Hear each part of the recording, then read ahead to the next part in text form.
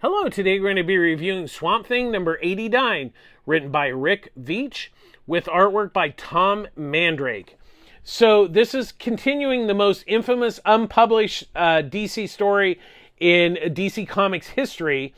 The second issue, as Swamp Thing is flung backwards through time, his true destination is revealed. While John Constantine works a world of connections to locate the lost elemental, Abby prepares to give birth to their child of three worlds.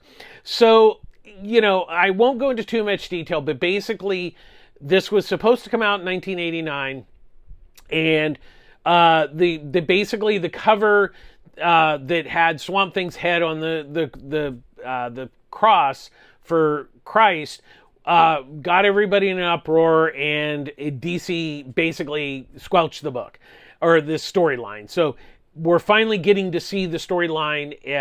Obviously the last issue 88 was the big, kind of Jesus story, and I really enjoyed it. And I think that even if you're not super familiar with Swamp Thing, I think as long as you're familiar with the kind of Alan Moore and post Alan Moore run, you'll kind of understand what's going on. But I think this story does fairly stand on its own.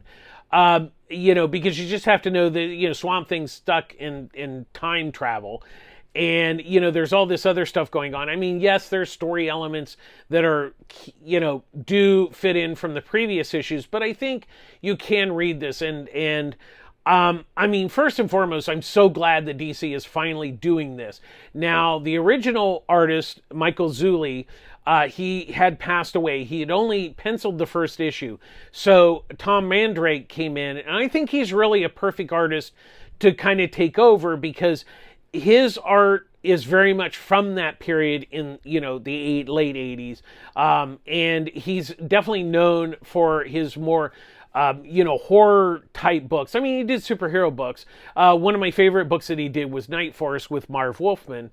But I think he's really a perfect artist to kind of take over from Zulli.